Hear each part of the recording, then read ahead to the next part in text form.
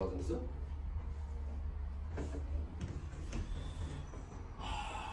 Ya damakta problem var, burunda ufak tefek var.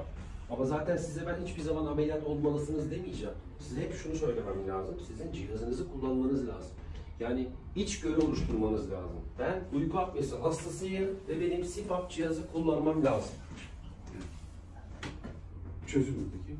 Yani kullandım. Hayat boyu kullanacaksınız. Şöyle bir durum söz konusu. Her seferinde niyetleniyorum. İşte bir sürü maske başlık çeşitlerini denedim. Pardon.